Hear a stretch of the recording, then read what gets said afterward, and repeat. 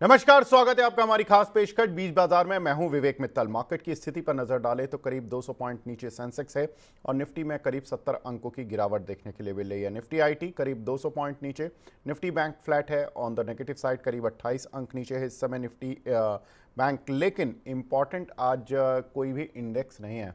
आज एक समूह है जहां पर कि मार्केट फोकस किए हुए है, वो है अदानी समूह, जहां पर कि हम देख रहे हैं कि मॉर्निंग में करीब 5 से 7% तक की गिरावट थी काफ़ी सारे शेयर्स में। लेकिन अब चूंकि कुछ हद तक शेयर रिकवर भी हो रहे हैं।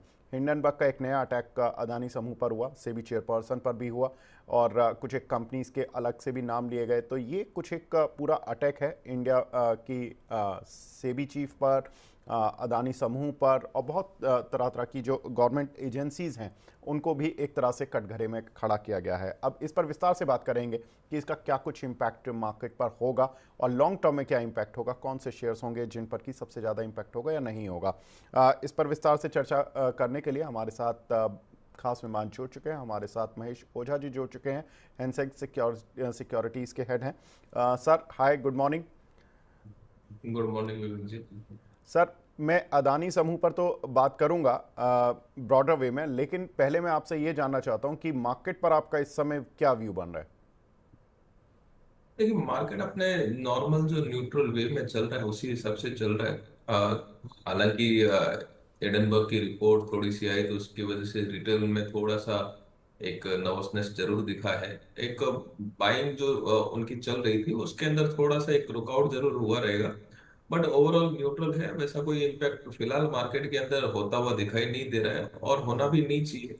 क्योंकि उनका रिपोर्ट जो है कहीं ना कहीं पे मतलब उसका क्लेरिफिकेशन भी सेबी ने अच्छे से दे दिया, और सेबी ने जो क्लेरिफिकेशन दिया है वो बहुत पॉइंट टू पॉइंट और स्ट्रॉन्ग क्लेरिफिकेशन दिया है। उसके बाद में काफी चीजें जो है क्लियर हो गई है। अब उसके बाद में वापस से क्वेश्चन रेज करना, तो ये कहीं ना कहीं पे अभी तक मार्केट को सही नहीं लग रहा है। और हमारे हिसाब से भी कहीं ना कहीं पे अभी जब जो कोई स्टैंड है सेबी चीफ का या फिर बाकी सबका, उसके हिसाब से न्यूट्रल है। और रिटेल निवेशकों के हिसाब से अपन देखें तो ये ठीक है। उनके सेबी चीफ के ऊपर आरोप है या पर्टिकुलर ग्रुप के ऊपर आरोप है, बट उनके तो कंपनीज के शेयर है, फंडामेंटली उनसे तो उनका कोई लेना देना नहीं है। वो अपना काम वैसे ही एज यूजुअल कर रहे हैं। थोड़ा बहुत मार्जिन ट्रिगर वगैरह अगर डाउन भी होता है कोई, तो मार्जिन ट्रिगर वगैरह की वजह से हो सकता है, बट ओवरऑल इम्पैक्ट हमारे को नील लग रहा है। और ये टाइप के जो है मार्केट के अंदर इवेंट आते रहते हैं। पहले जी। ये टाइप के इवेंट बहुत ज्यादा मार्केट को इम्पैक्ट करते थे। आजकल अभी इंडियन मार्केट बहुत ज्यादा बड़ा हो गया और इन्वेस्टर जो है काफी एजुकेटेड हो गए, तब ये टाइप के इवेंट भी आजकल जो है मार्केट को इतना ज्यादा इम्पैक्ट कर नहीं पा रहे। और फिलहाल इनकी रिपोर्ट के हिसाब से तो काफी कुछ चीजें हैं जो हमारे जहन में भी आ रही है कि जो जैसे कोई स्क्रीनशॉट लगा के रिपोर्ट्स बनाई हुई, जैसे आप भी देख रहे हैं, तो वहाँ पे कुछ वैसा रिसर्च जैसा जी नहीं है, वो खाली आरोप है, वैसा वैसा रिपोर्ट बिल्कुल। लग रहा है। महेश सर, बिल्कुल इस पर विस्तार से बात करेंगे कि क्या कुछ हिंडनबर्ग ने कहा, क्या कुछ सेबी ने कहा और क्या कुछ सेबी चेयरपर्सन ने कहा अपनी सफाई में। तो इस पर बात करेंगे। विस्तार से बात करने के लिए शुरू करते हैं अपनी खास पेशकश, बाजार बोलता है।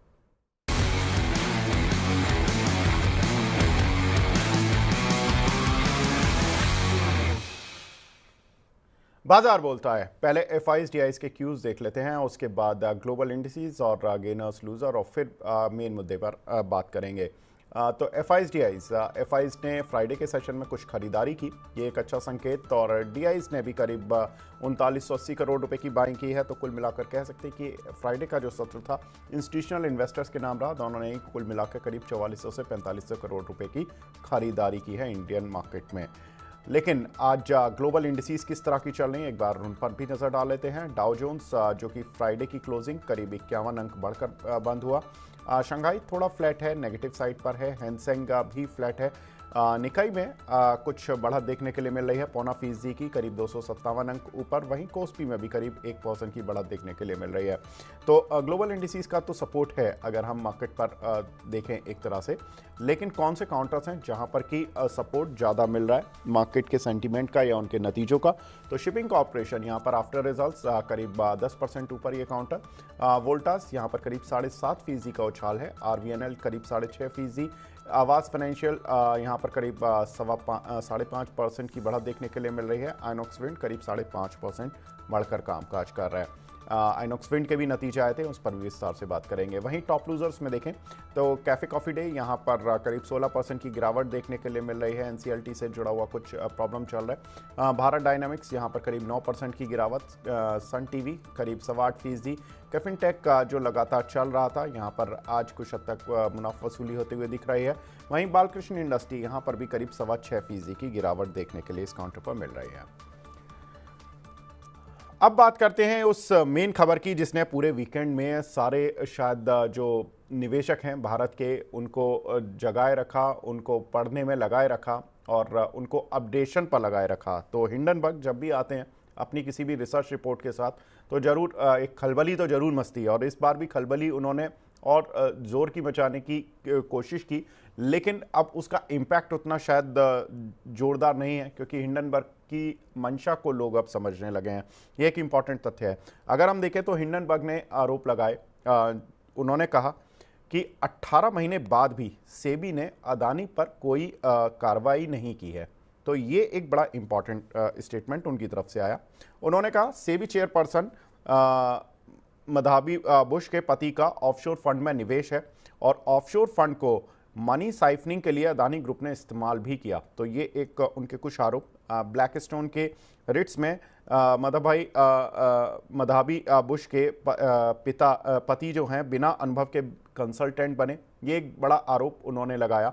और इस पर जो जवाब जो आए हैं उनको हम विस्तार से बात करेंगे। लेकिन भारत में रिट्स में निवेश को बढ़ावा दिया गया, सेबी की तरफ से उनका ये स्टेटमेंट आया। और बुश की 99% होल्डिंग अगोरा एडवाइजरी में है और अगोरा का 2022 में जो रेवेन्यू था बुश की सैलरी का करीब 4.4 गुना था। ये उन्होंने कुछ आरोप लगाए सैटरडेज को। अब बात करते हैं सेबी चेयरपर्सन ने और उनके जो हस्बैंड हैं उन्होंने किस तरह की क्या सफाई दी जो उन पर पर्सनल आरोप लगाए गए। उन्होंने कहा कि चेयरपर्सन का पद संभालते ही कंसल्टेंसी फर्मों से उन्होंने इस्तीफा दे दिया था और उन्होंने ये डिस्क्लोजर सेबी में भी दे दिए थे। तो बहुत ही एक क्लियर उन्होंने अपनी तरफ से बात रख दी है। दूसरा, वो उनका कहना है कि कंपनियां उनके पति चलाते थे और वैसे भी उनके पति एक बहुत ही अच्छे प्रोफेशनल रहे हैं।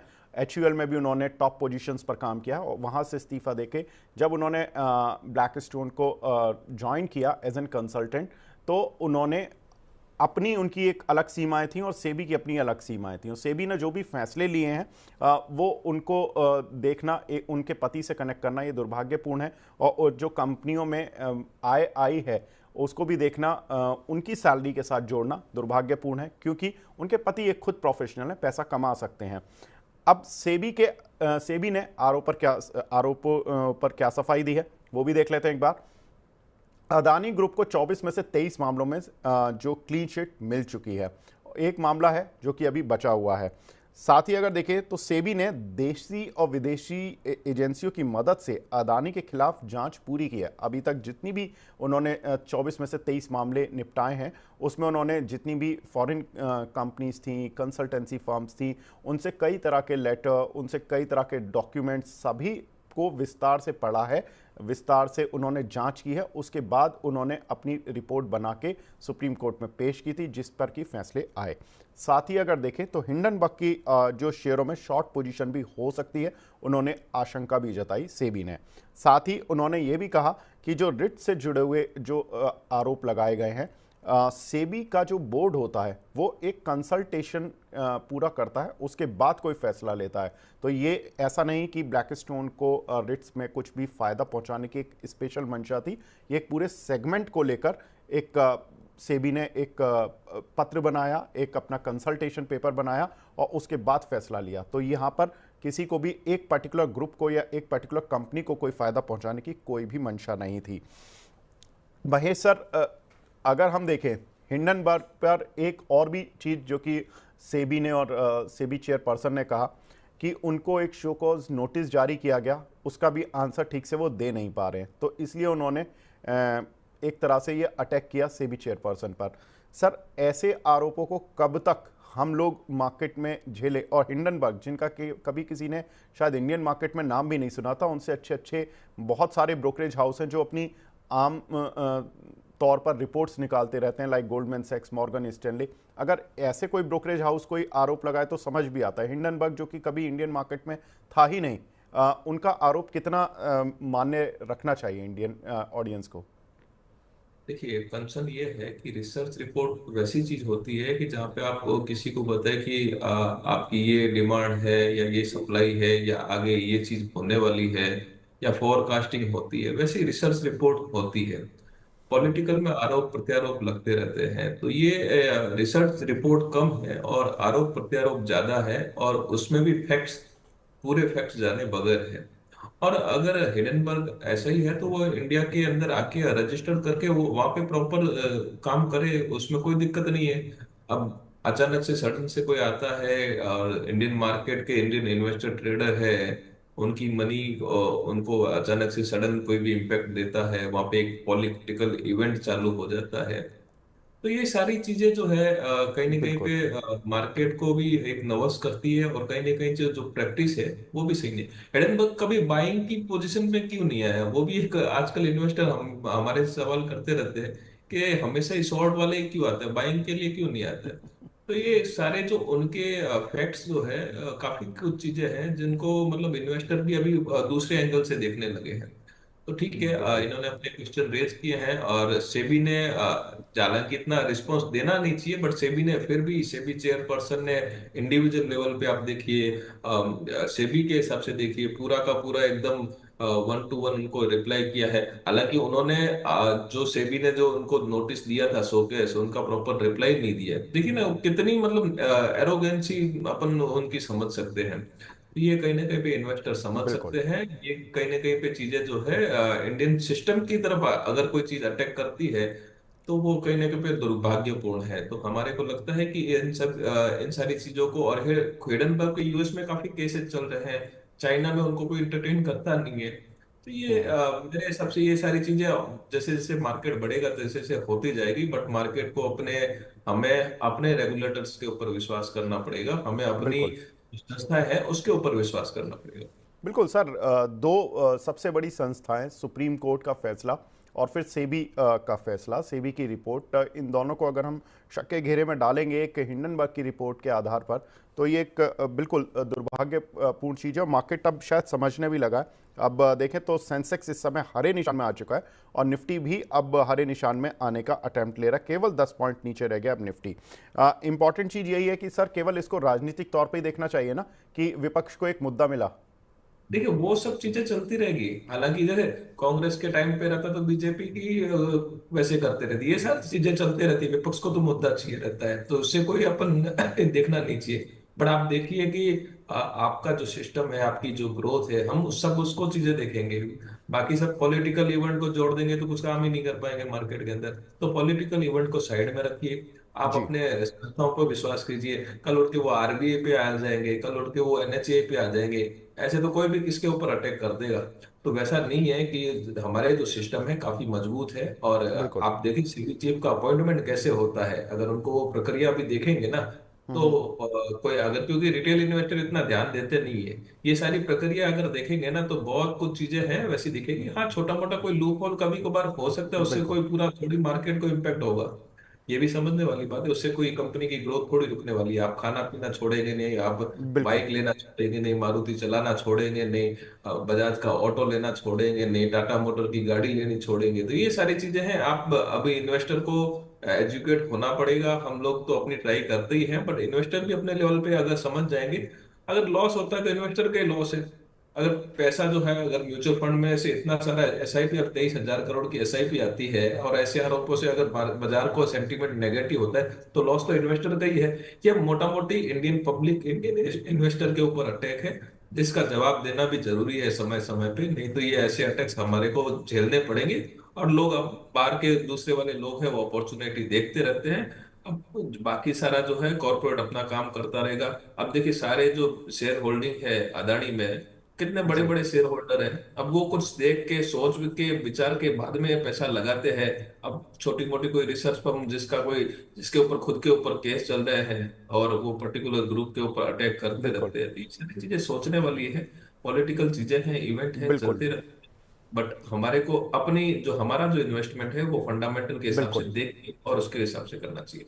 बिल्कुल महेश सर, बिल्कुल आपने सही बात कही है सर। और जो निवेशक है वो अब काफ़ी स्मार्ट भी हो चुका है, अब उसको ऐसे रिपोर्ट और वो सब चीज़ें इतना डरानी नहीं चाहिए, और मार्केट ने दिखा भी दिया इस तरह का कि क्या कुछ असर है। लेकिन इम्पॉर्टेंट ये है कि सर बहुत सारे जो निवेशक हैं उनके बैक ऑफ द माइंड कहीं ना कहीं ये जरूर आता है कि अदानी स्टॉक्स में क्या करें। सर मैं जल्दी से एक एक हर स्टॉक्स पर आपका व्यू जानना चाहूँगा। लाइक अदानी एंटरप्राइजेस, सर क्या करना चाहिए? ठीक है, फिलहाल वैसे अभी रिसेंट में ही काफी सारे क्यूआईपी बाकी सारी ग्रुप कंपनी में चले हुए हैं, अदर एंटरप्राइजेज की वैल्यू है। हाँ, वैसे ऐसे टाइम में होता क्या है कि भाई ऐसा सडन कोई अटैक आता है तो ब्रोकर भी अपने मार्जिन बढ़ा देते हैं, तो वो मार्जिन ट्रिगर वगैरह होते रहते हैं। तो ये टाइम पे थोड़ा सा अब अगर इन्वेस्टर है तो थोड़ा शांत रहिए, काम रहिए, और थोड़े से ग्रुप के जो भी अपडेट्स आते हैं उसके ऊपर ध्यान रखिए। ये टाइम पे पैनिक में कोई आप करे वैसा कोई चीज है नहीं फिलहाल। जी। अदानी की प्लेज जो है, स्टॉक की प्लेज, वो भी काफी कम हो चुकी है। तो और ग्रुप के अंदर जो कॉन्ट्रैक्ट है, गवर्नमेंट के कॉन्ट्रैक्ट है, फॉरेन के कॉन्ट्रैक्ट है, काफी बढ़िया कॉन्ट्रैक्ट, बहुत बड़ा ग्रुप हो चुका है। जी। तो कौन कौन सी चीजों को आप एक एक चीजों का क्लेरिफिकेशन वो ग्रुप भी देता रहेगा, तो ये भी समझने वाली बात है। तो पैनिक वैसा कोई करने की जरूरत नहीं है इन बिल्कुल। सब चीजों के ऊपर। और यहाँ पे टेक्निकल लेवल भी थोड़े से जो है वैसे ये टाइम पे काम नहीं करते हैं, तो थोड़ा सा पैनिक सेलिंग से बचना चाहिए ये टाइम पे। अगर कोई भी आपकी अदानी में होल्डिंग है तो हो सकता है एक दो दिन प्रेशर आपको देखने को मिले, बाद में बिल्कुल वापस से स्टेबलाइजेशन होने के पूरे पूरे से। सर, सिंपल सवाल कि क्यूआईपी इनके आने की बात हो रही थी सितंबर मिड में, तो मार्केट ने एक सेंटीमेंट पॉजिटिव लिया लास्ट वीक में अदानी एंटरप्राइजेज में। अब चूंकि एक रिपोर्ट आ गई है, इसका क्या असर लगेगा क्यूआईपी पर कि क्यूआईपी शायद डिले होगा या क्यूआईपी समय पर आएगा, तो क्या वो प्राइसिंग मिल पाएगी? निवेशकों के दिमाग में ये क्वेश्चन आता है, आपका क्या मानना है सर? देखिए, संशय होना जरूरी है, कोई भी चीज आती है तो संशय होना अच्छा है। कि क्यूआईपी से पहले ये सारे संशय आएंगे तो ग्रुप जो है अपने प्रेजेंटेशन उस हिसाब से करके देगा, और उसके बाद में हो सकता है क्यूआईपी थोड़ा महीना डेढ़ महीना डिले हो या फिर टाइम पे हो, बट जो जो संशय रहेंगे उनके क्यूआईपी इन्वेस्टर के जिनके साथ में मीटिंग होती रहेगी, तो जी। वो सारी क्लेरिफिकेशन देंगे, उसके बाद में ये चीजें आगे बढ़ेगी। तो जी। ये कहीं ना कहीं पे सेंटिमेंटली बिल्कुल। धीरे धीरे डिले हो सकता है, जो आपकी बात बिल्कुल सही है। महेश सर, बाकी फटाफट से सर 30-30 सेकंड में हम सारे जो अदानी समूह के शेयर हैं उन पर आपकी राय लेते चले जाएंगे, क्योंकि समय बहुत कम है। अदानी पोर्ट्स सर, इस पर आपकी राय? ये फंडामेंटली काफी, अदानी ग्रुप के अंदर फंडामेंटली काफी बढ़िया स्टॉक्स है, आप इसको होल्ड करिए, कोई दिक्कत फिलहाल अभी लगता नहीं है। लेकिन फिर भी अगर कोई भी है 1420 का लेवल अगर ये ब्रेक करता है तो फिर उसमें से एग्जिट होने की सलाह रहेगी, जी। फिलहाल अभी इसमें बने रहने की सलाह। Adani green sir? ये अदानी ग्रीन के अंदर आज सर मेरे हिसाब से आज भी किसी ब्रोकरेज हाउस का अपग्रेड आया है, तो फंडामेंटली चीजें जो है काफी उसमें इम्प्रूवमेंट हो चुकी है। बट यस, 1640 का एक स्टॉप लॉस जो है अब अभी के हिसाब से माइंड में रख सकते हैं। 16, अगर किसी की पोजीशन है तो 1640 का स्टॉप लॉस लगा के इसको होल्ड कर सकते हैं। और थोड़ा सा व्यू जो है थोड़ा सा लॉन्ग रखना पड़ेगा, ऐसे पैनिक टाइम पे आपको थोड़ा पेशेंस रखना भी जरूरी होता है। जी। अदानी विल्मर और अदानी एनर्जी सॉल्यूशन सर? तो विल्मर में फिलहाल अभी पॉजिटिव ट्रैक्शन चालू हुआ है, और विल्मर में एक 320 का स्टॉप लॉस लगा के यहाँ से होल्ड करने की सलाह रहेगी। डेफिनेटली ये काउंटर काफी टाइम से एक ही जगह पे बना हुआ है, अब जाके इसमें थोड़ा सा अप मूवमेंट आया था, तो मेरे हिसाब से ये एक बाइंग अपॉर्चुनिटी यहाँ पे बन सकती है। तो एक 320 का स्टॉप लॉस लगा के यहाँ से पोजीशन होल्ड की जा सकती है, अगर है तो अपर साइड में 400 420 के लेवल जो है इमीडिएट वापस दिखाने के चांसेस है। जी। सर एटीजीएल और अदानी पावर? देखिए, अदानी पावर में फिलहाल अगर कोई इन्वेस्टर इन्वेस्टमेंट करना चाहता है तो थोड़ी रिस्क के हिसाब से विद इन स्टॉप लॉस के साथ में वो अपनी जो है पोजीशन बना सकते हैं। 610 से 15 का स्टॉप लॉस लगा के वापस से इसके अंदर पोजीशन बनाई जा सकती है। थोड़ा रिस्क तो अदानी ग्रुप में फिलहाल बना हुआ है, बट आपका जो रिस्क है उसके कंपैरिजन में रिवॉर्ड भी वैसा मिलने के पूरे पूरे चांस है। तो 610 से 615 का जो है स्टॉप लॉस माइंड में रखिए, और उसके हिसाब से आप ट्रेड को अपने होल्ड कर सकते हैं। बिल्कुल। एनडीटीवी में क्या करना है सर? शेयर ये भी थोड़ा गिर गया है आज। देखिए, वो अभी शेयर अभी आज गिरे हुए हैं, तो थोड़ा सा और वेट कर लीजिए, इसको पूरा सेटल डाउन होने दीजिए। बाकी सारे जो शेयर है एनडीटी अदानी ग्रुप के जो भी है, उनको थोड़ा सा सेटल होने दीजिए। सेटल होने के बाद में ये वापस से अपन इसको देखें तो ज्यादा बेटर रहेगा। एसीसी और अंबुजा सर? इनमें कोई फिलहाल दिक्कत हमारे को तो लगती नहीं। फंडामेंटली काफी मजबूत काउंटर है और इनकी बैलेंस शीट भी जो है काफी बढ़िया है। तो ये सारे, अगर ये दो काउंटर अगर कोई भी डिप मिलता है तो डेफिनेटली बाइंग अपॉर्चुनिटी। बिल्कुल। तो अदानी समूह पर हमने विस्तार से चर्चा कर ली है कि कौन से शेयर्स में हमको क्या करना चाहिए, निवेशकों को क्या करना चाहिए, किस तरह का रुझान। सर ने सबको क्लियरली बता दिया। कुछ एक दर्शक भी हमारे साथ जुड़ रहे हैं, उनके सवाल भी लेना शुरू कर देते हैं। आरती साहू जी का सवाल है। सर इन्होंने काफ़ी सारे सवाल भेज दिए हैं। मैम मैं आपका एक ही सवाल ले पाऊंगा जेएसएल पर। सर जेएसएल पर क्या करना है? इनका 3 से 6 महीने का टारगेट ये पूछ रही हैं जेएसएल। जेएसएल का चार्ट अगर बता पाएंगे तो ज्यादा बेटर रहेगा। सर जिंदल स्टेनलेस, फिलहाल क्या आपको क्या बताना है सर? नहीं, चार्ट अगर आपके पास में अवेलेबल हो तो। सर मैं अभी चार्ट में इंट्राडे पर बिल्कुल दिखवा देता हूँ। पीसीआर टीम कृपया सर को चार्ट दिखा दें, इंट्राडे चार्ट, या आप अगर कुछ दिन वाला चार्ट दिखा सकें, या सर आप उस पर फंडामेंटल व्यू दे दीजिए कि जेएसएल आपको एज एन नहीं, कंपनी कैसे लगती है। फंडामेंटल फंडामेंटल में कोई दिक्कत नहीं है। फंडामेंटल काफी स्ट्रॉन्ग है और रिजल्ट भी उसके जो है एक ठीक ठाक ही आ रहे हैं। वैसा कोई दिक्कत वाली बात फिलहाल दिखती नहीं है। अगर इनका नजरिया अगर साल भर का है तो डेफिनेटली यहाँ से होल्ड करें। और स्टॉप लॉस जो है थोड़ा सा एक नीचे का स्टॉप लॉस लगा है यहाँ से, 5 to 7% का एक नीचे का स्टॉप लॉस लगा के आपकी पोजीशन होल्ड करें। 15 से 20% तक की अपसाइड जो है आराम से इसमें आ सकती है। लेकिन साल भर का नजरिया रखेंगे तो शायद उससे भी ज्यादा अपसाइड आपको देखने को मिल सकती है। जी। इसी बीच हमारे साथ दूसरे खास मेहमान भी जुड़ चुके हैं। हमारे साथ शरद मिश्रा.com के प्रमोटर शरद मिश्रा जी जुड़ चुके हैं। Sharad sir hi, good morning sir. Good morning Vivek ji. Thanks for inviting me on the show. Pleasure sir. Sir आज जी बड़ा दिन, क्योंकि बड़ा दिन वीकेंड्स में ही बन गया था कि मंडे को कुछ बड़ा जी होने वाला है। हालांकि जी जितनी बड़ी रिपोर्ट आई हिंडनबर्ग की अदानी समूह पर, उतना बड़ा कुछ ऐसा हुआ नहीं, क्योंकि आई थिंक इन्वेस्टर सब स्मार्ट हो चुके हैं। वो सब समझ चुके हैं कि किस तरह की मंशा के साथ ये रिपोर्ट बनाई जाती हैं। महेश सर से भी यही डिस्कशन हो रहा था। सर कोई पर्टिकुलर अदानी स्टॉक का जो कि आपकी रडार पर हो, जो आप लेना चाहते हो, या जिसमें आपको डर हो कि अभी यहाँ से दूर रहें? जी तो देखिए, मैं अडानी पोर्ट पे बहुत बुलिश हूँ। पहले भी ओके। इस चीज का जिक्र हुआ है। अगर आप कंपनी का परफॉर्मेंस देखें तो बेहतरीन परफॉर्मेंस का कंपनी का रहा है। क्वार्टर फर्स्ट में भी करीब 109 मिलियन मैट्रिक टन्स का कार्गो क्वार्टर वन में कंपनी ने मैनेज किया है।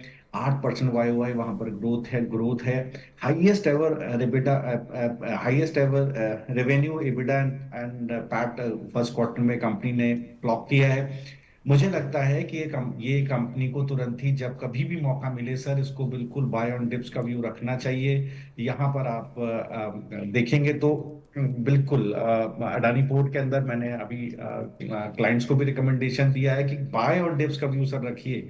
देखिए, जो जोन मुझे लगता था कि बाय ऑन डिप्स का रहेगा, दैट वाज समवेयर अराउंड 1450, और वो आज आके गया। वो लेवल आज 1450 का लो आज इसका बन के गया।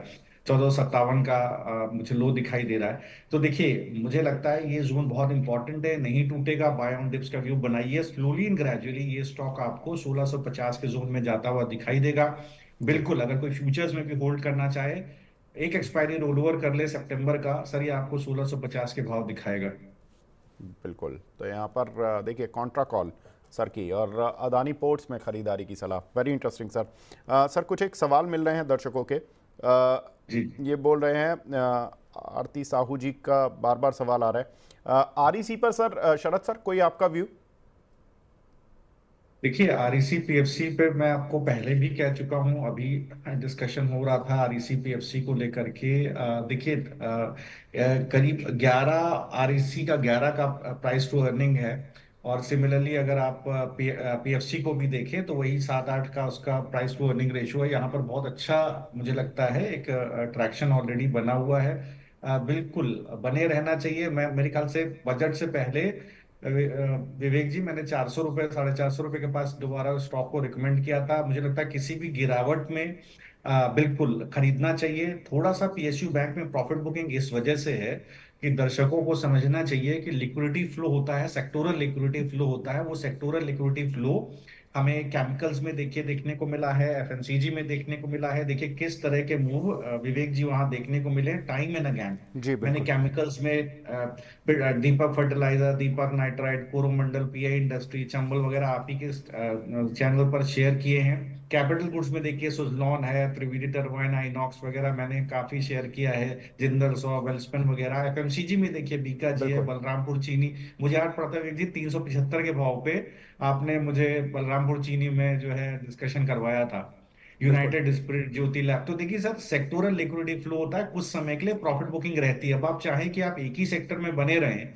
और आपको वहां लगातार पैसा बनता रहे, तो सर ऐसा लाजमी नहीं होगा। तो बिल्कुल मुझे लगता है आरईसी बिल्कुल, अगर आप लंबे नजरिए से लंबे चार्ट पे आरईसी देखें, तो अभी भी करीब 10 वीक एक्सपोनेंशियल मूविंग एवरेज का बेहतरीन सपोर्ट है।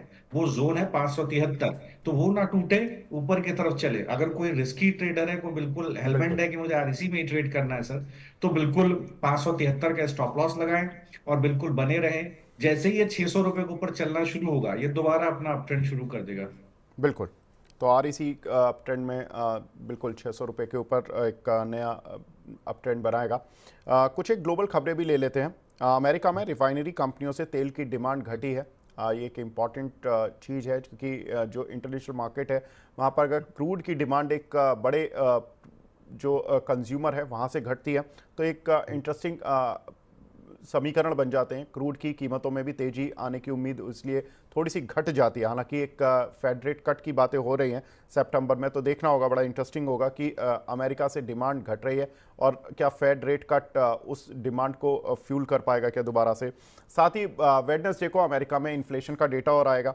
वहाँ पर भी दुनिया भर की नजरें होंगी कि अगर इन्फ्लेशन डेटा कंट्रोल में रहता है तो कहीं ना कहीं सितंबर का जो रेट कट होगा, पूरे साल के लिए जो रेट कट्स होंगे, वो on the aggressive side market expect कर सकता है। तो ये थोड़ा सा मार्केट की नियर टर्म वॉलेटिलिटी के लिए काफ़ी इंपॉर्टेंट डेटा होगा। लेकिन इंपॉर्टेंट डेटा ये है कि स्टील के प्राइसेस 3 साल के लोज पर आ गए हैं, जिसकी वजह से हमने देखा कि स्टील कंपनियों के रिजल्ट्स तो अच्छे नहीं देखने के लिए मिले। लेकिन महेश सर, अब स्टील शेयरों में चूंकि जब 3 साल के लोज पर आ जाते हैं तो हमें दो प्रोस्पेक्टिव रखते हैं हम कि इससे ज़्यादा नीचे तो और क्या ही जाएंगे प्राइस। तो यहाँ से अगर रिकवरी आएगी तो शेयरों पर भी रिकवरी आएगी, यानी कि प्राइस रिकवरी होगी। हमें इस तरह से सोचना चाहिए या इस तरह से ही सोचना चाहिए कि प्राइस तो 3 साल के लो पर है, मैं शेयर क्यों खरीदूं?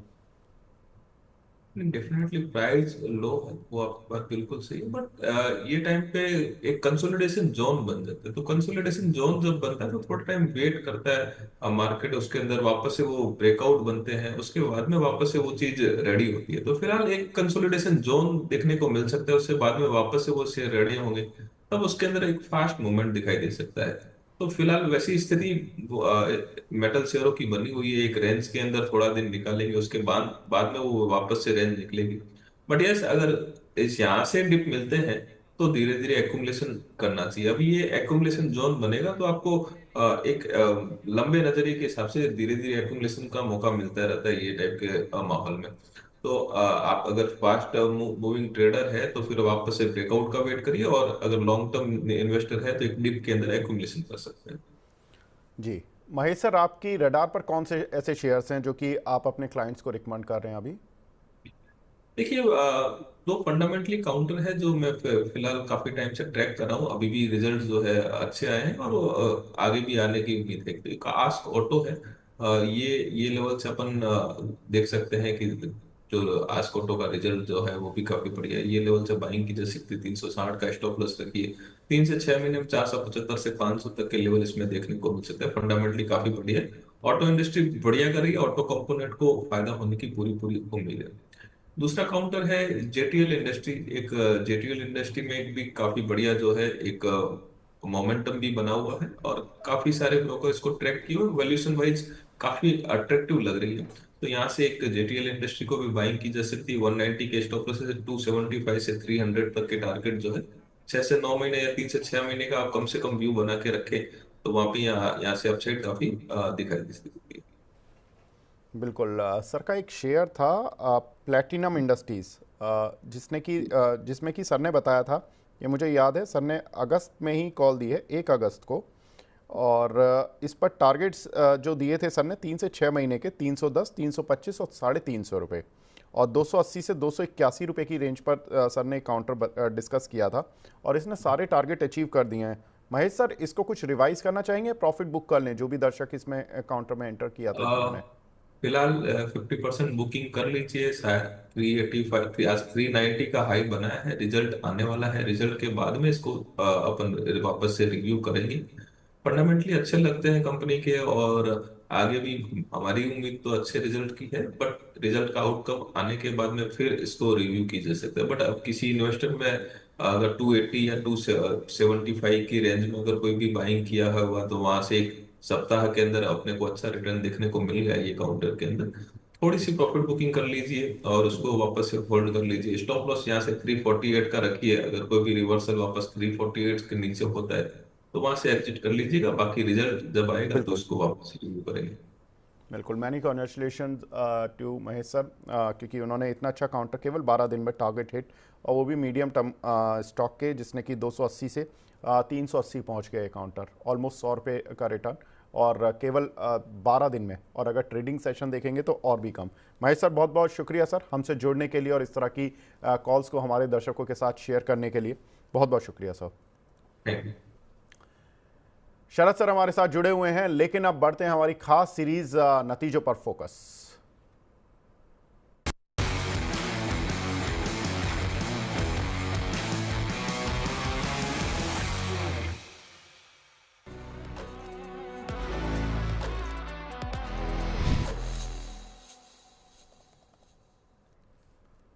नतीजों पर फोकस, उसमें सबसे पहला काउंटर हम आज बात करेंगे जुबिलेंट फूड्स के, जिसके कि रिजल्ट्स आए वीकेंड्स में, और हम देखें तो रेवेन्यूज़ में करीब 45% का जंप देखने के लिए मिला। वहीं प्रॉफिट लगभग डबल हो गया, 29 करोड़ से बढ़कर 58 करोड़ रुपए हुआ।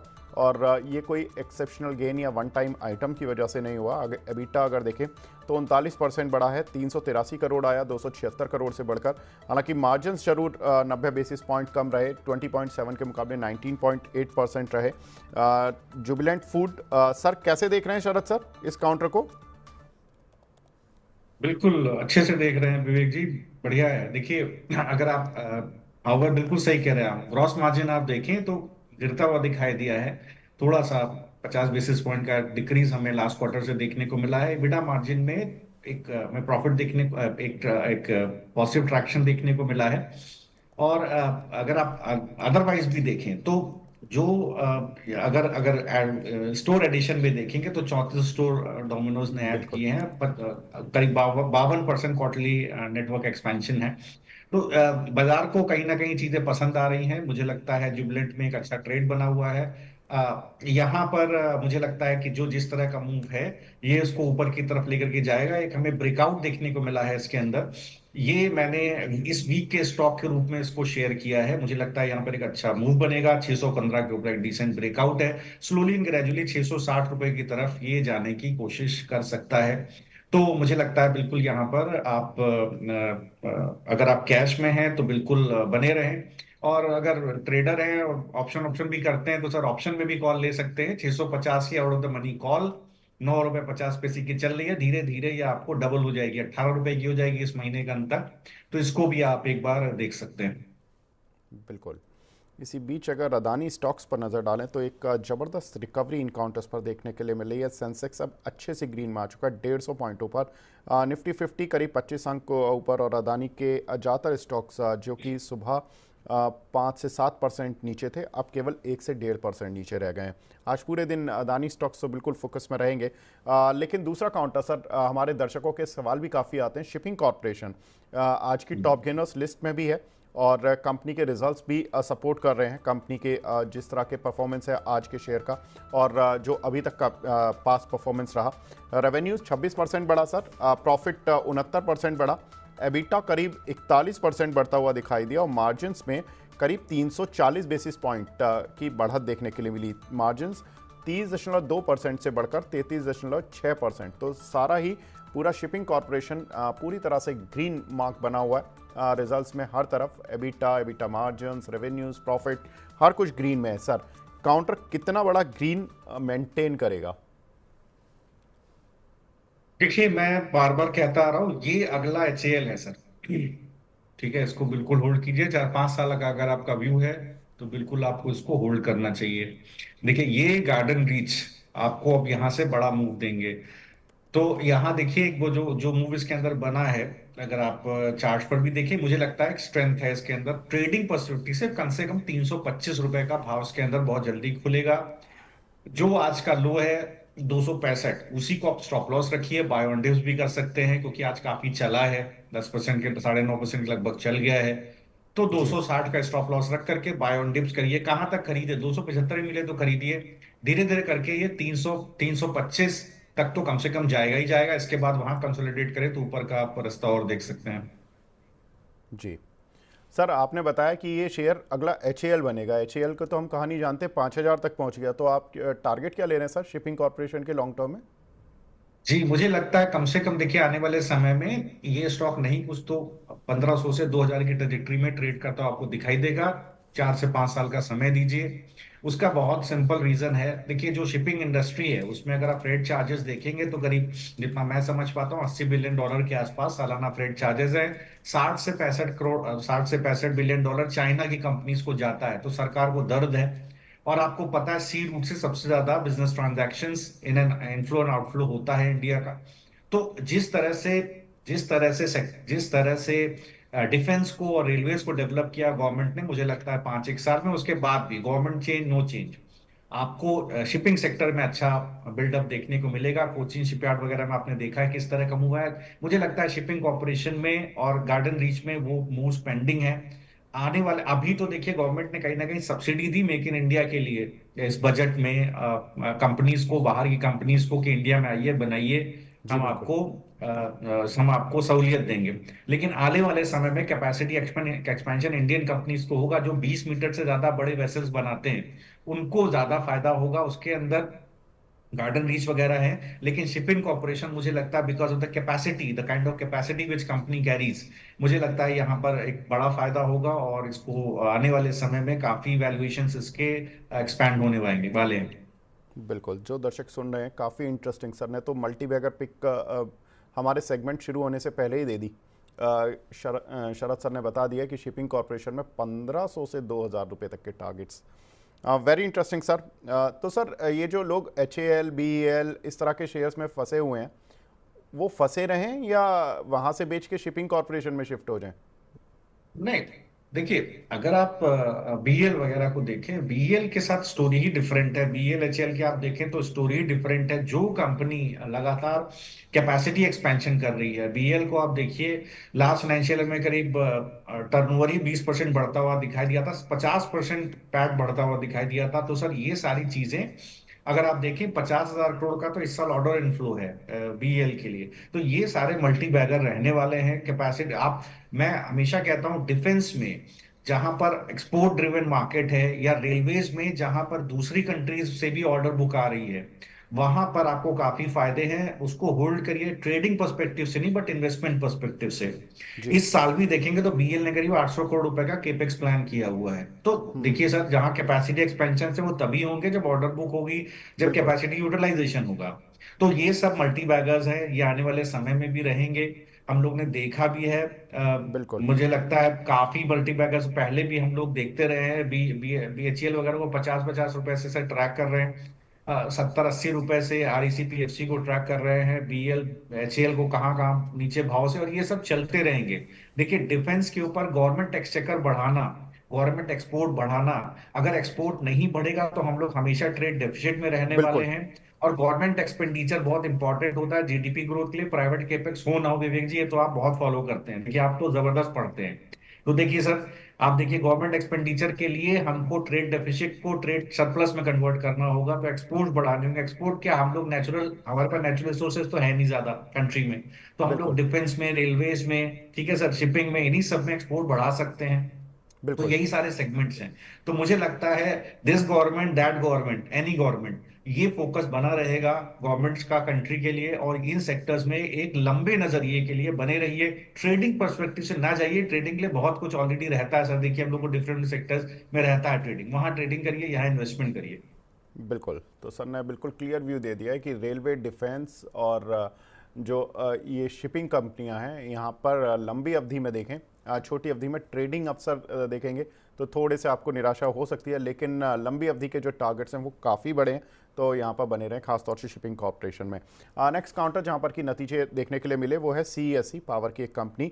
रेवेन्यूज़ में देखें तो करीब 13% का जंप देखने के लिए मिला, और प्रॉफिट में 5.5% की बढ़त देखने के लिए मिली, लेकिन एबिटा करीब 49% डाउन था, और मार्जिन्स तो काफ़ी डीप रेड, 16.8 से 7.6। सर, CESC के शेयर में क्या करें?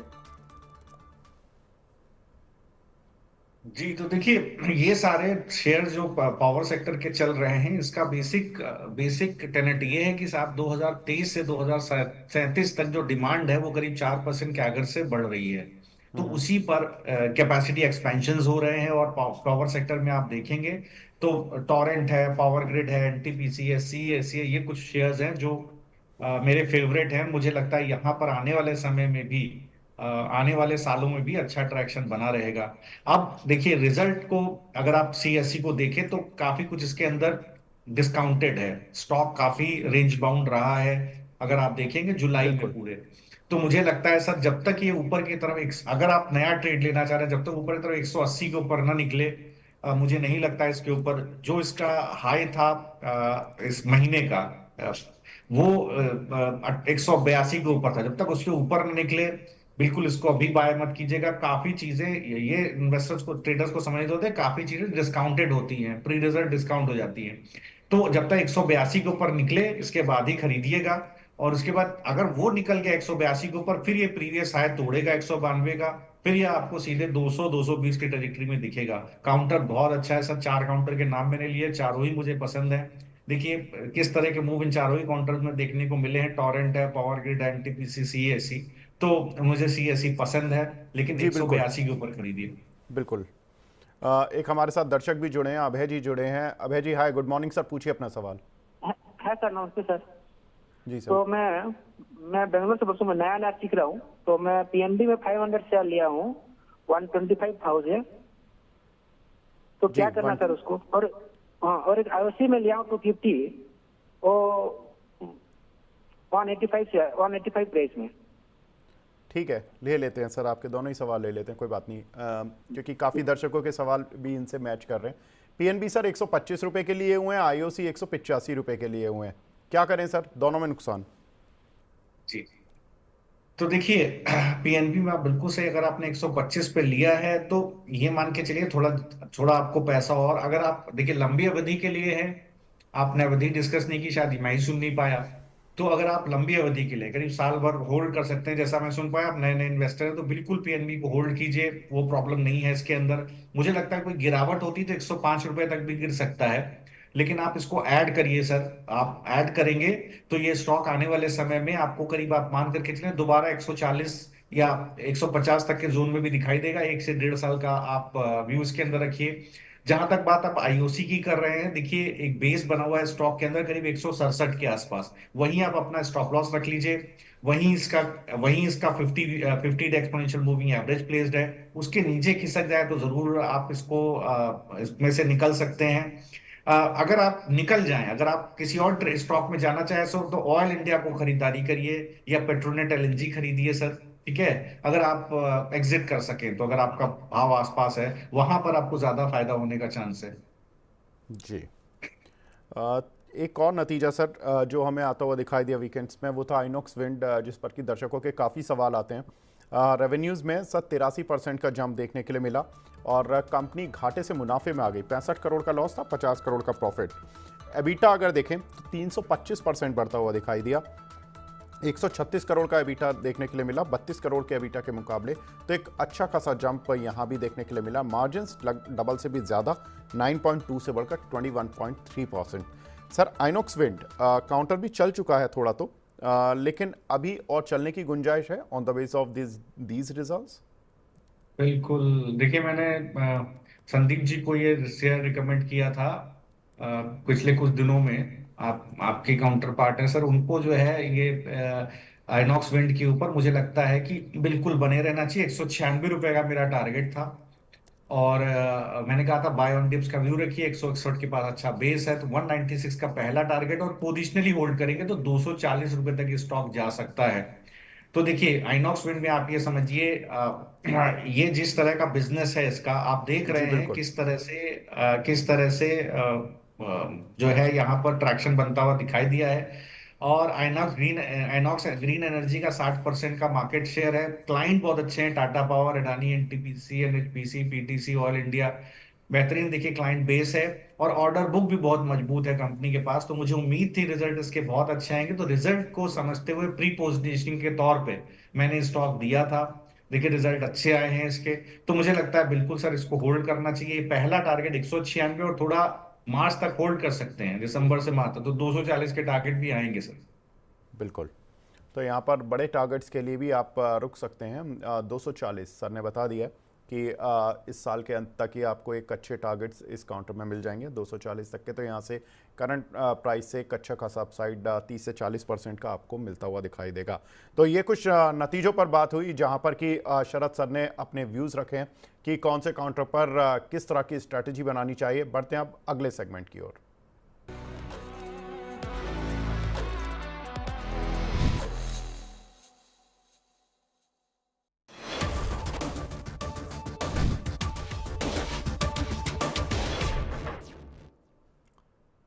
छोटे शेयर ऊंची छलांग। जनरली हम इन शेयरों पर बात करते हैं क्योंकि दर्शकों के सवाल काफ़ी रहते हैं और वीकेंड्स में जो भी हमारे शोज़ होते हैं उनमें जो बाद में भी कमेंट्स आते हैं उन सवालों को पूरी तरह से लेने की कोशिश करते हैं।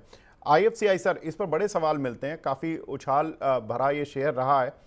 384% पिछले एक साल में चला, 54-55 रुपये चल गया। यानी कि ये अगर पिछले साल इसी तारीख से देखें तो करीब 14-15 रुपये का ये शेयर चल रहा था। क्या इसमें फर्दर स्कोप है सर चलने का? जी तो देखिए बिल्कुल इसमें स्कोप ही स्कोप है सर। देखिए अगर आप कंपनी को देखें तो मुझे लगता है कि अभी भी कंपनी काफी सस्ती है। अगर आप रिलेटिवली देखें तो मतलब थोड़ा सा कंपनी के अंदर जिस तरह का कंपनी का परफॉर्मेंस है वो बहुत ही रोबस्ट परफॉर्मेंस है। अगर आप सेल्स देखें, अगर आप क्वार्टरली सेल्स देखें तो 21% के रेट से बढ़ता हुआ दिखाई दिया। 10% का रिटर्न ऑन कैपिटल एम्प्लॉयड है कंपनी का। और मुझे लगता है कि ठीक ठाक इसका परफॉर्मेंस है। तो यहाँ पर आपको क्या करना चाहिए, देखिए अगर आप चार्ट पर देखें तो ये इसी वीक का जो लो है 68 रुपीज का, उसको स्टॉप लॉस लगाइए सर, बिल्कुल बने रहिए। ये दोबारा अपना प्रीवियस हाई 90 रुपए के आसपास जाने की तैयारी कर रहा है। तो जो पीएसयू बैंक्स में जो जो पीएसयू स्टॉक्स में ट्रेड करने वाले लोग हैं वो बिल्कुल सर इसको पकड़ लें। ठीक है, एक नॉन बैंकिंग फाइनेंस कंपनी है। ठीक है, आरईसीपीएफसी चल गया, आरईसीपीएफसी थोड़ा गिरा हुआ है, वहां पर भी बेस बनता हुआ दिखाई दिया। आईएफसीआई को पकड़ लीजिए सर, 68 रुपए का, 68 रुपए स्टॉप लॉस रखिए, बाय ऑन डिप्स का व्यू रखिए। मुझे लगता है धीरे धीरे पहला टारगेट इसका 80, दूसरा टारगेट 90, ये आपको मिल जाएगा। बिल्कुल। Next counter sir IRDA. यहाँ पर हमने देखा कि रिजल्ट्स भी काफ़ी अच्छे देखने के लिए मिले हैं और उसके बाद काउंटर थोड़ा सा सुस्त होता जा रहा है। 297% पिछले एक साल में चला, 178 रुपये चला है ऑलमोस्ट, और करीब करीब 50 से 60 रुपये का ये शेयर चल रहा था, वहाँ से अच्छा जंप देखने के लिए मिला। क्या करें सर? काफ़ी दर्शक सवाल भी पूछ रहे हैं इसमें। हमारे आज के भी दर्शक हैं जो कि फंसे हुए हैं, जिन्होंने सवाल पूछा 245 के रेट के लिए हुए हैं। एक दर्शक ने जी तो देखिए इसमें अगर आप देखेंगे तो पिछले 2 वीक में एक अच्छा कंसोलिडेशन है। रुक गया, थम गया है स्टॉक, बिकवाली थी, थोड़ा रुक गया है। तो अगर आप देखें तो 20 वीक एक्सपोनेंशियल मूविंग एवरेज का 230 के पास एक डिसेंट सपोर्ट है, स्टॉक को भी 240 का भाव है। जब तक वो ना तोड़े, अगर आप फंसे हुए हैं तो मैं आपको बता रहा हूं, if you are trapped don't exit till 230 is breached. 230 के टूटने तक बिल्कुल इंतजार कीजिए सर। बड़ा मूव कब आएगा? जैसे ये पिछले वीक का कंसोलिडेशन जोन 250 को तोड़ेगा, बड़ा मूव आएगा, बिल्कुल बिंदास होल्ड कीजिए। अब आप फिर उसके बाद आपको टारगेट मिलेगा 270, ऊपर की तरफ 300, लेकिन इसको 250 को तोड़ना होगा। नीचे 230 का स्टॉप लॉस रखिए और बने रहिए। बिल्कुल। तो यहाँ पर सर ने टारगेट्स बता दिए, स्टॉप लॉसेस बता दिए कि कहाँ पर आपको बने रहना और कहाँ पर आपको शेयर में पोजीशन बनानी है। आरईसी और पीएफसी सर, आरईसी पर वैसे हमने बात कर ली सर, फिर भी एक बार बता दीजिए आरईसी और पीएफसी इन दोनों में से कौन सा बेहतर और किन लेवल्स के लिए अप्रोच करना चाहिए? जी, तो देखिए, अगर आप आरईसी और पीएफसी को देखें, मुझे लगता है बिल्कुल अगर आप अभी भी चार्टिकली वीकनेस कहीं नहीं है। अगर आप लंबे चार्ट्स पर देखें तो वीकनेस नहीं है। इसी वीक का जो लो है, जो बेस था इसका, वो 560 है प्रिसाइजली। लेकिन इस वीक का जो लो है 575, उसको आप आरईसी में स्टॉप लॉस लगा लीजिए और बने रहिए। बड़ा मूव कब आएगा? जैसे ये 600 रुपए के ऊपर चलना शुरू करेगा, इसमें आपको एक ठीक ठाक मूव देखने को मिल जाएगा। तो यहां पर आरईसी को आप बिल्कुल प्ले कर सकते हैं। अगर आप पीएफसी को देखें तो देखिए, पीएफसी के अंदर कमोबेश वैसा ही एक चार्ट बना हुआ है। अगर आप देखें तो एक decent decent 50 week exponential moving average का सपोर्ट है। कहां पर है? वो है 475 रुपए के जोन में। अभी 500 रुपए का भाव है। जी लेकिन आप इसी वीक का जो लो है 490, उसी को आप स्टॉप लॉस बनाएं। और स्टॉप लॉस बना करके आप 490 का स्टॉप लॉस बना करके आप खड़े हो जाएं। मुझे लगता है ये बड़ा मूव इसके अंदर फिर कब आएगा? जब ये 530 के ऊपर चलना शुरू करेगा। क्यों मैं जोन दे रहा हूं विवेक जी? ऊपर की तरफ जो सप्लाई जोन है, जब तक वो नहीं कटेगा आप फंसे रहेंगे, फ्रस्ट्रेट होते रहेंगे। तो वो जोन मैं आपको जरूर बता दे रहा हूं। क्योंकि बाजार में देखिए, निफ्टी और बैंक निफ्टी में मुझे लगता है कि जो एफआईआई फंसे हुए थे, ट्रैप हो गए थे, वो आज अपना सारा माल छोड़ करके, शॉर्ट्स काट करके बहुत तेजी से ऊपर खरीद करके जा रहे हैं। हिंडनबर्ग की रिपोर्ट एक मैलिफाइड इंटेंशन के को देते हुए दी गई। विवेक जी ने शुरुआत में डिस्कस किया, उससे घबराने की जरूरत नहीं है। तो जहां शॉर्ट्स गैप अप ओपनिंग में फ्राइडे में शॉर्ट कटे थे, वो सब ऊपर की तरफ खींच करके भागेंगे।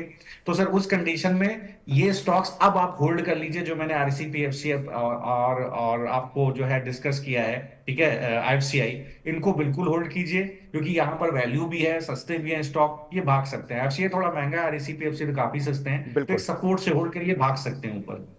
जी। इसी बीच हमारे साथ एक दर्शक भी जुड़े हैं लखनऊ से, Pradeep ji. Pradeep ji, hi sir, good morning. पूछिए अपना सवाल प्लीज। Good morning sir. जी सर मेरा क्वेश्चन सर आईआरबी इंफ्रा पे है और एम्फेसिस पे है। सर, आईआरबी इंफ्रा के आपने शेयर जो लिए हुए हैं, ये कितने समय तक होल्ड कर सकते हैं? मैं एक ही क्वेश्चन लूंगा सर, समय का थोड़ा कमी है। सर मेरा लॉन्ग टर्म व्यू है, 5 से 6 साल तक मैं वेट कर सकता हूँ, कोई दिक्कत नहीं है। बहुत अच्छी बात है। शरद सर, आईआरबी इंफ्रा लंबे समय के लिए, लंबी अवधि है, इन्होंने तो काफ़ी लंबा विजन बता दिया, 67 रुपए के लिए हुए हैं सर। अच्छा रिटर्न बन पाएगा? बिल्कुल सर, होल्ड कीजिए। आप देखिए कंपनी का अभी भी परफॉर्मेंस देखिए। लास्ट फाइनेंशियल ईयर में टोल रेवेन्यू 29% वाई बढ़ता हुआ दिखाई दिया था। अगर आप अदरवाइज भी देखें तो जिस तरह का बिजनेस है कंपनी का, वो बहुत अच्छा है। मैनेजमेंट को अभी भी लगता है कि स्ट्रॉन्ग फाइनेंशियल परफॉर्मेंस रहेगा ये इस फाइनेंशियल ईयर में भी। और यहाँ पर बिल्कुल मुझे लगता है सर, लंबे अवधि के लिए अगर आप हैं तो आप जरूर इसके अंदर बने रह सकते हैं। यहाँ पर आपको बिल्कुल, और अगर आप बाय ऑन डिप्स की भी करना चाहें तो यहाँ पर बाय ऑन डिप्स भी कर सकते हैं। लेकिन इसके साथ आप अगर कैपिटल गुड सेगमेंट पे देखें तो मैंने कई बार सुजलॉन का जिक्र किया है, काफी चला है विवेक जी। मैं 45 रुपए से आपके शो पे डिस्कस कर रहा हूँ शायद। और देखिए यहाँ पर आने वाले समय में मार्जिन एक्सपेंशन है, रिजल्ट बहुत अच्छे आएंगे। और त्रिवेणी टर्बाइन, इसकी तरफ भी ध्यान दीजिएगा।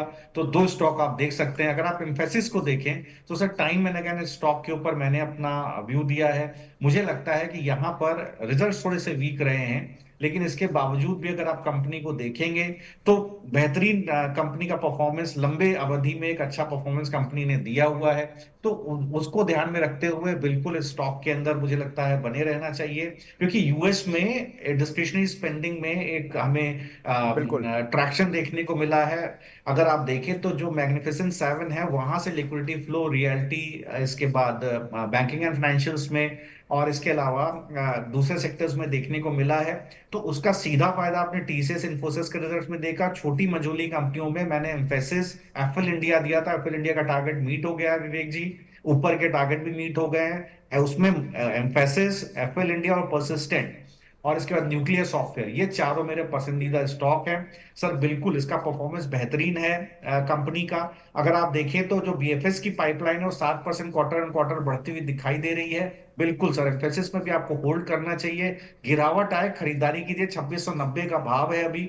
नीचे की तरफ हो सकता है 2600 रुपए तक फिसल जाए, क्योंकि रिजल्ट से पहले काफी चल गया था। तो मुझे लगता है कि बाय ऑन डिप्स का व्यू रखिए सर। 2600 रुपए तक भी खरीदिए। अगर आप 1 डेढ़ 2 साल का व्यू रख रहे हैं तो आने वाले समय में आपको 3500 रुपए के भाव इसमें देखने को मिल सकते हैं। कुछ एक दर्शकों के भी सवाल भी लेते हुए चलते हैं। शशि पांडे जी का सवाल है डीसीएम लिमिटेड पर सर, इन्होंने 106 रुपये के लिए हुए हैं और गेल 229 रुपये पर लिए हुए हैं। दोनों ही सवाल ले लेते हैं क्योंकि डीसीएम लिमिटेड इसलिए कि लास्ट वीक अंशुल जी की कॉल भी थी इस काउंटर पर और बांग्लादेश में जो टेक्सटाइल से जुड़ा हुआ जो प्रॉब्लम आ रहा था उसको लेकर वो देकर भी ये कॉल बताकर गए थे हमारे दर्शकों के साथ। डीसीएम में क्या करें सर? और गेल चूँकि रिजल्ट्स के बाद उतना ट्रैक्शन नहीं आया काउंटर पर, क्या करें सर? जी, तो देखिए डीसीएम लिमिटेड बिल्कुल होल्ड कीजिए। मुझे लगता है कि अच्छा बेस है। ये वीक हो सकता है थोड़ा बहुत कंसोलिडेट हो जाए, गिर जाए 104 रुपए तक। अगर गिर जाता है तो आपको उसी जोन में देखना है कि आपको खरीदना है। वो जोन अगर टूटेगा तो दिक्कत है, वो जोन पर अपना स्टॉप लॉस लगा के रखिएगा। अगर 104 के पास सस्टेन होता है तो 117 के भाव भी आपको ऊपर की तरफ देखने को मिलेंगे। अगर गेल में आप देखें तो रेजिलियंस बना हुआ है विवेक जी, बिल्कुल इसके अंदर बने रहना चाहिए। 220 के पास एक अच्छा सपोर्ट है, तो बाय ऑन डिप्स का व्यू रखिए। अगर एक एग्रेसिव स्टॉप लॉस रखना चाहते हैं तो 225 के पास रखिए। मुझे लगता है कि ये दोबारा 250 की तरफ जाने की कोशिश करेगा, तो यहां पर बिल्कुल मुझे लगता है कि बने रहना चाहिए सर।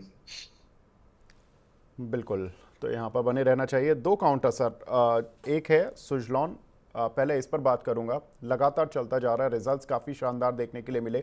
दर्शक काफ़ी सवाल पूछते हैं सर, 80 रुपये की रेंज पर अब ये काउंटर आ गया है, यहाँ से फर्दर अपसाइड बचता है?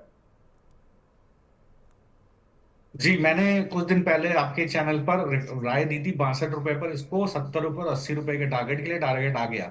अगला टारगेट मैं दिया था 95 रुपए, तो 95 भी इंटैक्ट है। देखिए ये कोई लोगों को लग रहा होगा कि क्या हो रहा है सर, स्टॉक चलता ही जा रहा है, रोज 4-5% चलता है। तो इस आप अगर आप इसका प्रॉक्सी प्रॉक्सी लेना चाहें तो आपको देखिए आइनॉक्स विंड जैसा स्टॉक भी मैंने रिकमेंड किया है, जिसमें भी इस तरह के मूव आ सकते हैं। इसके रिजल्ट तो बेहतरीन है। अभी क्या बोले, जिस तरह के रिजल्ट्स आ रहे हैं सुजलॉन के, ये काफी एंटिसिपेटेड है। रोबस्ट हमें क्वार्टर वन में जो है परफॉर्मेंस देखने को मिला। रेवेन्यू 50% वाई वाई बढ़ता दिखाई दिया। कंसोलिडेटेड EBITDA 86% ज्यादा बढ़ता हुआ दिखाई दिया। तो ये आने वाले समय परफॉर्मेंस रहेगा। 30% मार्केट शेयर है कंपनी का अपने क्षेत्र में। तो सर देखिए, और इंटरनली काफी ईपीसी और नॉन ईपीसी का अच्छा मिक्स कंपनी ने क्रिएट किया है। वहां पर देखिए कंपनी को फायदा होगा। 95 रुपए का भी टारगेट आपको खुलता हुआ दिखाई देगा, मुझे लगता है जी। जी सर, वोडाफोन आइडिया यहाँ पर अगर देखें तो आज कंपनी के रिजल्ट्स हैं और काउंटर कुछ स्ट्रेंथ दिखाने की कोशिश तो कर रहा है मॉर्निंग से। कैसे ट्रेड करें सर? क्योंकि कंपनी तो पिछले कई क्वार्टर से, सालों हो गए, एक भी क्वार्टर में शायद प्रॉफिट नहीं दिखाया। प्रॉफिट तो इस बार भी एक्सपेक्टेड नहीं है स्ट्रीट को, लेकिन क्या लॉस घटेगा और क्या कुछ कंपनी 5G के रोल आउट को लेकर क्या बात करेगी, इस पर स्ट्रीट की जरूर नजर रहेगी। कैसे देखें सर? देखिए सब कुछ बेहतरीन चल रहा था। वोडा आइडिया में अच्छा मूव आया था 14 रुपए के आसपास से। सब कुछ अच्छा चल रहा था जब तक स्टारलिंक का डिस्कशन नहीं आया था विवेक जी, कि उसकी एंट्री होगी इंडियन मार्केट में इंटरनेट के क्षेत्र में। तो तब तक देखिए सब लोग अपने प्राइसेस बढ़ा रहे थे, और प्राइसेस से ही देखिए, प्राइस जब तक नहीं बढ़ाएंगे, आरपीयू नहीं बढ़ेगा, तब तक इन कंपनीज को कोई फायदा नहीं होगा। तो वोडा हो या इसके अलावा भारती हो, देखिए सारे लोग प्राइस बढ़ा गए। जियो सब प्राइस बढ़ाने की कोशिश कर गए या बढ़ा गए। तो चीजें डिस्काउंट होने के बाद भी 18 रुपए के रेजिस्टेंस से स्टॉक थोड़ा फंसता हुआ दिखाई दे रहा है। मैंने खुद ही 22 रुपए 28 रुपए के टारगेट दिए थे, तब तक स्टारलिंक का कोई न्यूज नहीं था। तो अब देखिए अगर कंपटीशन आ जाता है बाजार में तो टाटा टेली की तरफ मैं ज्यादा जाना चाहूंगा वहां पर। लेकिन वोडा आइडिया में भी देखिए चार्टिकली एक बेस बना हुआ है 14 रुपए 50 पैसे के आसपास। तो जब तक वो बेस बना हुआ है बिल्कुल ठीक है सर, लेकिन बड़ा मूव तब आएगा जब ये अपना 70 रुपए 80 पैसे के ऊपर या 18 रुपए के ऊपर चलना शुरू होगा। तो अब थोड़ा फंसेगा विवेक जी यहाँ पर। मुझे थोड़ा सा यहाँ पर अब चलने का डाउट है। मुझे लगता है कि अभी भी आप बने हुए हैं तो जरूर स्टॉप लॉस रखिए, 14 रुपए 50 पैसे में बने रहिए, लेकिन 18 रुपए के आसपास एग्जिट करिए या वहां पर कंसोलिडेट करके ऊपर ब्रेकआउट करें, तभी आप 22 रुपए के टारगेट लीजिए, वरना छोड़िए और भी दूसरी जगह आपको पैसा बन रहा है। बिल्कुल, तो यहाँ पर सर ने बता दिया है कि किस तरह की स्ट्रेटजी आपको वोडाफोन आइडिया पर रखनी है बिफोर रिजल्ट्स। शरद सर, बहुत सारे सवाल अभी रह गए हैं और मैं दर्शकों से रिक्वेस्ट करूंगा, क्योंकि आज अदानी समूह को लेकर और मार्केट को लेकर थोड़ा फोकस ज़्यादा करना था, तो सवालों को हम उतना एंटरटेन नहीं कर पाए। आप 1 बजे के शो में हमारे से दोबारा जुड़िए और सवाल अपने पूछ सकते हैं हेलो मनी 9 में।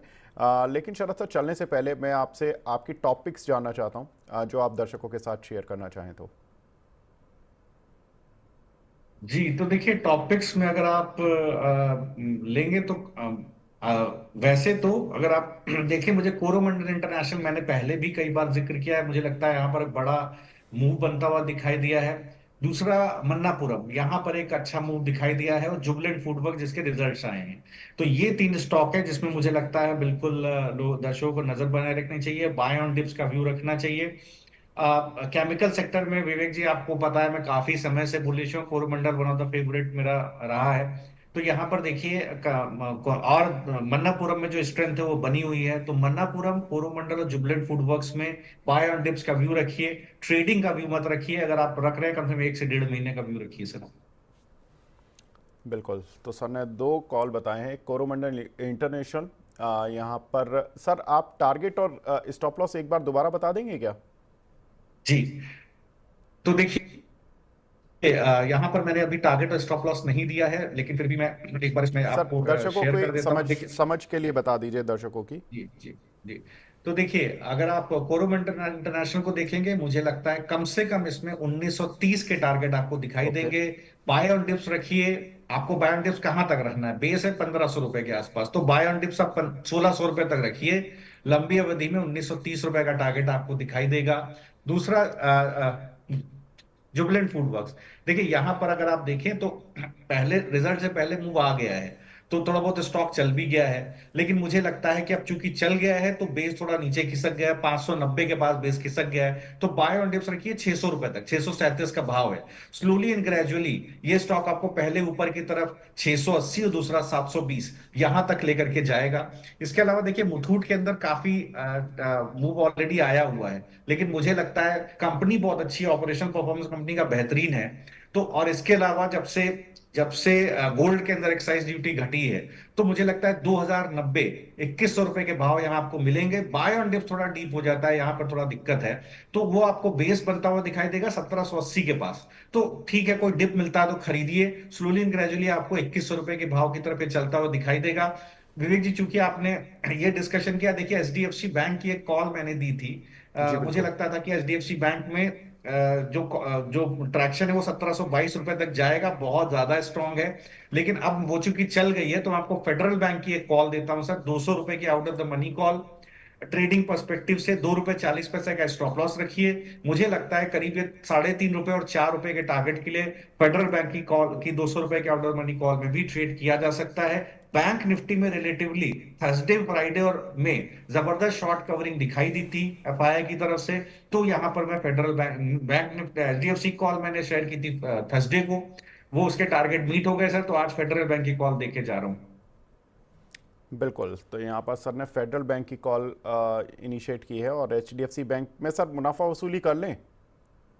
नहीं, मुझे लगता है एचडीएफसी बैंक में बिल्कुल सर बने रही है। 1640 की कॉल तो इन द मनी हो गई है, लेकिन मुझे लगता है ये धीरे धीरे करके कहीं ना कहीं 1720 की तरफ चला जाएगा। एचडीएफसी बैंक काफी स्ट्रांग है। बिल्कुल, एक न्यूज़ फ्लो भी आना है इसमें इस वीक में। जो एमएससीआई में वेटेज है वो कितना बढ़ेगा या नहीं बढ़ेगा, उसको लेकर एक अपडेट शायद इस वीक में आता हुआ दिखाई देगा एचडीएफसी बैंक पर। वहाँ पर मार्केट की नज़र रहेगी, और एचडीएफसी बैंक आज बैंक निफ्टी को हरे निशान में लाने में भी समर्थ रहा है। और शरद सर की कॉल आप स्क्रीन पर देख सकते हैं, कोरोमंडल इंटरनेशनल यहाँ पर 1930 के टारगेट, 1743 रुपये अभी चल रहा है काउंटर। दूसरा सर ने फेडरल बैंक बताया, और एक जुबलेंट फूडवर्क यहाँ पर 637 रुपये के चल रहा है शेयर, 720 रुपये। अच्छे रिजल्ट्स आए हैं, काफ़ी शानदार नतीजे हैं, मुनाफा 100% बढ़ा, जिसकी वजह से काउंटर पर रिएक्शन भी है। फेडरल बैंक यहाँ पर सर का जो टारगेट है वो काफ़ी बड़ा है, लगभग डबल का है, तो यहाँ पर अभी आप टारगेट के लिए अप्रोच कर सकते हैं। साथ ही महेश सर की जो 2 कॉल्स थी उनको भी एक बार देख लेते हैं। आस्क ऑटोमोटिव, जहाँ पर कि सर ने बताया कि 400 रुपये के आसपास इसको खरीदें, और 450 और 500 की रेंज तक इस काउंटर में अपनी मुनाफा वसूली कर सकते हैं। जेटीएल इंडस्ट्री यहाँ पर 221 रुपये पर उन्होंने कॉल दी, और 300 रुपये तक के मैक्सिमम टारगेट है। शॉर्ट टर्म, मीडियम टर्म और लॉन्ग टर्म तीनों ही टारगेट्स उन्होंने दिए हुए विद स्टॉप लॉस। तो आप इन सभी काउंटर को छोटी और मीडियम टर्म के लिए आप अप्रोच कर सकते हैं। शरद सर, आप हमारे साथ जुड़े सर, बहुत बहुत शुक्रिया हमसे जुड़ने के लिए और अपना प्रीशियस टाइम देने के लिए। लगता है शरद सर से संपर्क हट गया है, लेकिन बीच बाजार को भी यहाँ पर विराम देने का समय आ गया। लेकिन हमारी एक खास पेशकश जो 4 बजे आती है, जिसमें हम बात करते हैं एसआईपी के ऊपर, आपकी सिस्टमेटिक इन्वेस्टमेंट प्लानिंग पर बात होती है, लंबी अवधि के निवेश पर बात होती है, तो देखना ना भूलें। इस सिप से तो नींद टूटती है, लेकिन केवल जागना नहीं, आगे भी तो बढ़ना है। उसके लिए चाहिए एक और सिप। हर महीने छोटी छोटी रकम की इंस्टॉलमेंट यानी सिस्टमैटिक इन्वेस्टमेंट प्लान से शुरू कीजिए निवेश। लेकिन पैसे बढ़ाने वाली कौन सी सिप आपके लिए रहेगी अच्छी? म्यूचुअल फंड सिप से जुड़े हर सवाल का जवाब मेरी सिप मेरा सवाल। सोमवार से शुक्रवार 4 बजे मिलेंगे हम सिर्फ मनी 9 पर।